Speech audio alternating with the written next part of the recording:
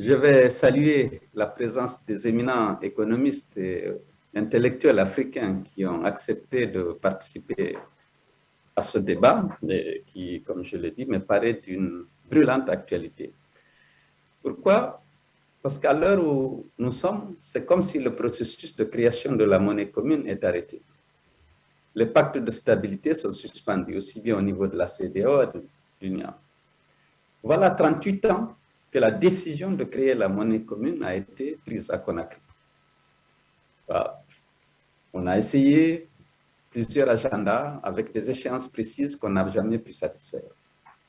Je pense qu'il faut profiter de cette pause imposée par la pandémie pour réfléchir, pour envoyer le débat dans l'université, comme l'a dit le Premier ministre Lionel Zinsou.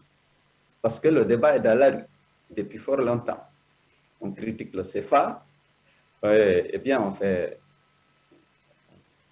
essaye de donner les vertus et les avantages de l'éco, sans trop savoir est-ce que c'est faisable, est-ce que c'est efficace par rapport au développement. Parce que l'objectif, c'est de favoriser l'intégration, certes, mais le développement de tous les pays et la prospérité de notre espace communautaire. Alors, le débat sur le CFA, je pense qu'il est en train d'être dépassé. Le débat, à mon avis, devait porter sur les conditions à réunir, les contraintes à lever, les critères à remplir pour aller à la monnaie commune, dès lors que cette décision politique a été déjà prise et plusieurs échéances ont été fixées qui n'ont pas pu être tenues. Est-ce qu'on peut les tenir? Qu'est-ce qu'il faut réunir comme condition pour y aller? Quelqu'un a dit, parmi ceux qui m'ont précédé, que l'intégration va favoriser davantage, l'intégration va permettre de lever certaines contraintes et favoriser la prospérité de tous les pays membres, de l'Union monétaire. Alors moi, je veux que le colloque se consacre à l'identification des coûts et des risques attachés à la mise en œuvre des décisions politiques. Au lieu de chercher à rentrer encore dans le débat du franc CFA, on a eu ce débat. Moi, je donnerai rapidement mon point de vue. Je n'étais pas d'accord avec mon ami Kako sur le CFA, mais chaque jour, je suis édifié en écoutant beaucoup de gens. Alors, est-ce que ce forum, dont l'objectif est d'élaborer une feuille de route, des recommandations pour les chefs d'État, parce que la décision a été prise, je pense, sans étude préalable. On s'est jeté à l'eau, on a essayé de voir comment mettre en œuvre, on a créé la ZMAO, on a décliné plusieurs agendas qu'on n'a pas pu respecter. Aujourd'hui, à l'université, où il y a d'éminents économistes, d'éminents experts, est-ce qu'on peut sereinement se pencher sur cette décision, sa faisabilité technique et puis ses avantages économiques et politiques? Vraiment, c'est ce que moi je souhaite qu'on donne comme feuille de route à ce colloque-là. Est-ce que c'est faisable et comment on fait? Je suis d'accord avec celui qui m'a précédé, mon frère Lopez, qu'on peut mettre en place des mécanismes pour essayer d'aider ceux qui sont éloignés par la crise ou même avant des critères de convergence pour qu'ils puissent vraiment aussi avancer. Il a donné l'exemple de l'Europe. On a mis en place des mécanismes pour un certain pays pour réduire la disparité ou pour leur permettre de faire face à des chocs exogènes qui auraient pu mettre en cause l'ensemble du système, puisqu'ils ont dans une union monétaire et que s'ils ne gèrent pas certains chocs, eh bien, ça risque d'affecter l'ensemble du système. Donc, je voulais d'abord vraiment que le mandat de ce colloque soit repris. Rechercher, identifier les contraintes, les risques et les coûts. Pour ces deux derniers, essayer de voir comment les atténuer, non seulement pour l'ensemble, mais pour chaque pays qui est touché, parce qu'il y a l'étude d'impact de l'Union européenne qu'on peut même envisager pour chaque économie, et essayer de voir qu'est-ce qu'on met en place comme mécanisme pour atténuer justement les effets négatifs de cette intégration sur le développement de chacun des pays. Alors, je pense, par rapport au CFA, il faut considérer les réformes de 2019 annoncées à Abidjan comme un pas. Qu'est-ce qu'on reprochait à la zone CFA? C'est émotionnel. Lorsque les économistes regardent, on a parlé tout à l'heure du compte d'opération, où on était obligé de déposer 50% de nos réserves de change. M. Zinsou a rappelé que ça rapportait 80 millions de dollars par an.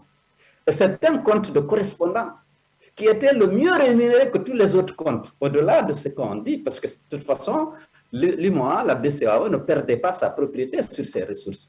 Mais elle devait être là et elle était rémunérée et protégée contre le risque de change.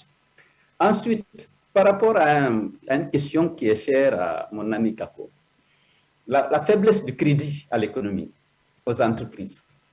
C'est vrai que une politique monétaire, ce n'est pas en fait, comme l'a dit mon confrère Lopez tout à l'heure, ce n'est pas en fait la garantie qui a fait que la CFA est restée crédible. C'est la politique monétaire. C'est la politique monétaire qui permet d'avoir une monnaie crédible, puisqu'on fait en sorte que la création monétaire soit en rapport avec les réserves de change pour que toute la demande générée par la création monétaire en termes d'importation puisse être satisfaite sans marché noir, sans dévaluation. Et dans ce cas, on a veillé sur la création monétaire pour qu'elle soit toujours en accord avec la possibilité de fournir des devises pour les importations. Évidemment, je pense qu'il a été établi qu'en Afrique, dans l'UMOA, l'octroi de crédit aux entreprises représentait 15% du PIB. Et je crois à cet égard, sur ce ratio, le Togo est premier.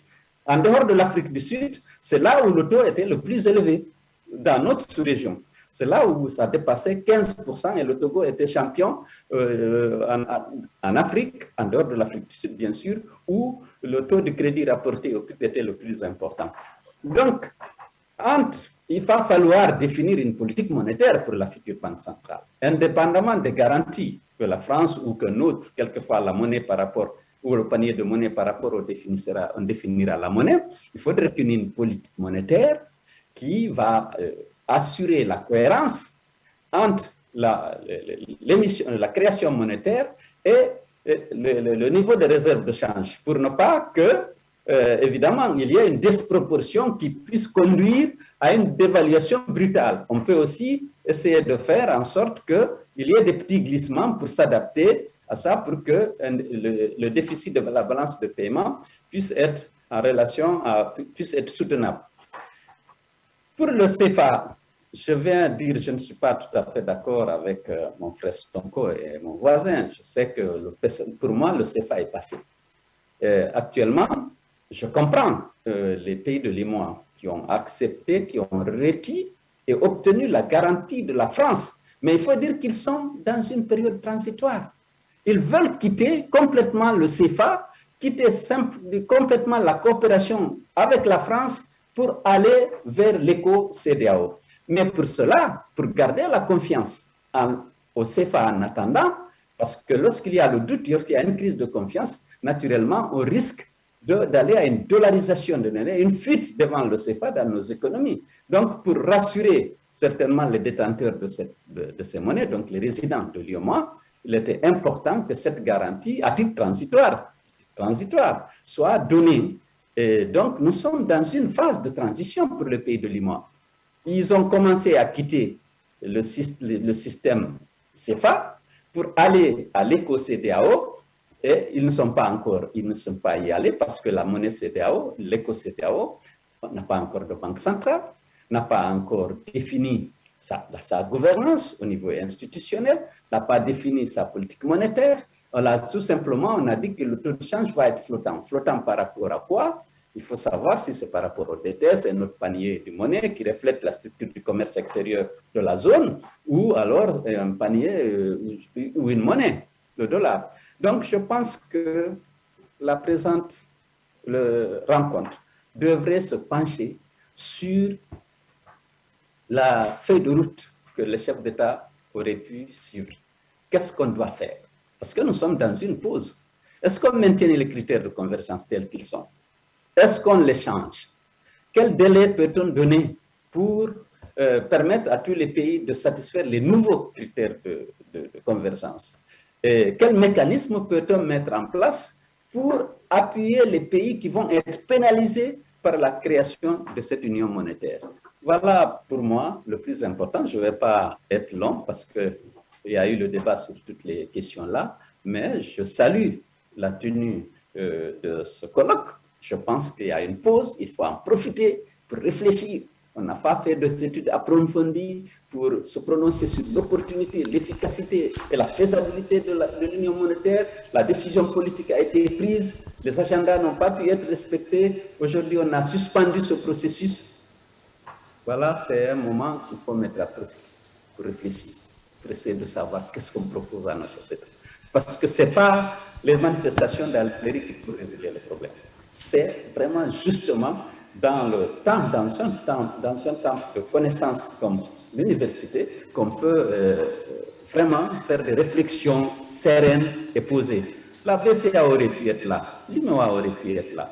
Nous avons des expériences qu'on peut tirer de cette union monétaire dont on a dénoncé les dispositions. Mais c'est une expérience. Il y avait une banque centrale commune qui émettait de la monnaie pour 8 économies. C'est une expérience dont on peut tirer des leçons pour la construction de la future banque centrale de notre CEDEAO.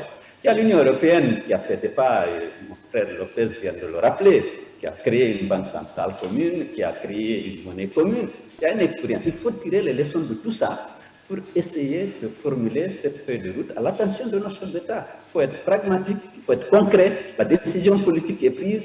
Le sentiment, c'est positif parce qu'on veut d'abord se débarrasser du CFA. Et donc, c'est l'écho qui semble être la solution, en tout cas qui est attendue par nos populations.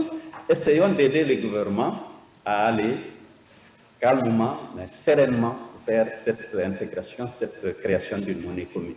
Indiqué où on met la banque centrale, il y aura toujours des débats. Et comment on fait pour faire face justement à cette présence du Nigeria qui est une superpuissance qui représente 70% de notre économie et puis 77% de nos exportations. Comment on peut gérer ça? Je pense que les réflexions doivent porter sur tout ça. Le temps est très précieux. Je vous remercie encore une fois de m'avoir associé à cet exercice et c'est un grand honneur pour moi et merci à tout le monde.